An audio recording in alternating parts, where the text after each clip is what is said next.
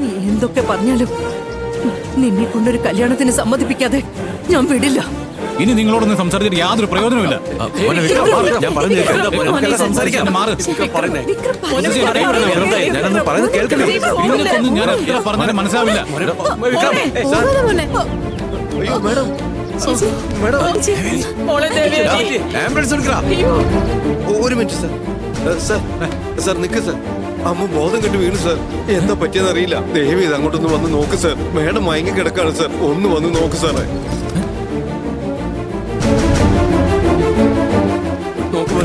ചേച്ചി ബോധം കെട്ട് വീണു.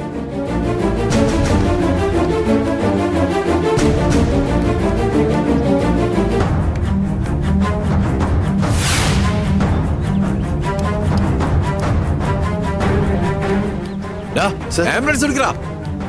ശരി സാർ.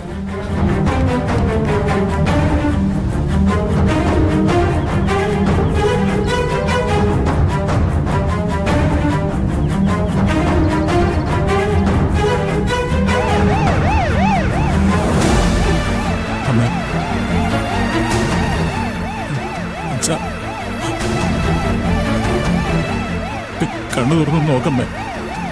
അമ്മേ,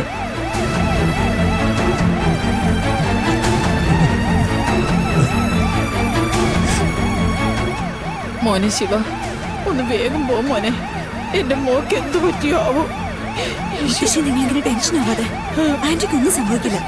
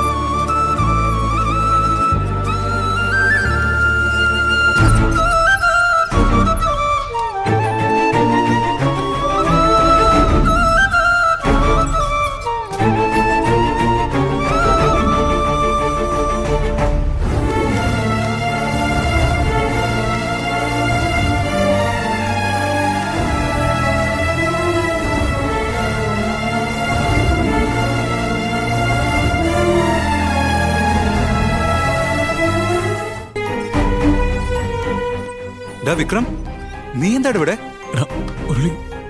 എടാ, ഞാൻ ഈ ഹോസ്പിറ്റലായി ഇപ്പൊ വർക്ക് ചെയ്യുന്നേ.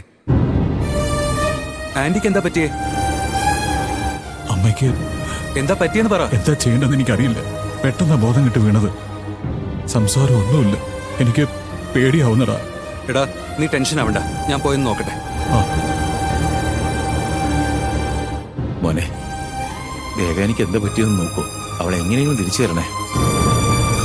എടാ മുരളി, അമ്മയ്ക്കൊന്നും സംഭവിക്കില്ലല്ലോ അല്ലേ? എടാ, അങ്ങനെ ഒന്നും സംഭവിക്കില്ല. നിങ്ങൾ ഇങ്ങനെ ടെൻഷൻ അടിക്കാതിരിക്കെ. ഞാൻ ചെന്ന് എന്താ നോക്കിയിട്ട് ട്രീറ്റ്മെന്റ് തുടങ്ങാം. ശരി, ശരി.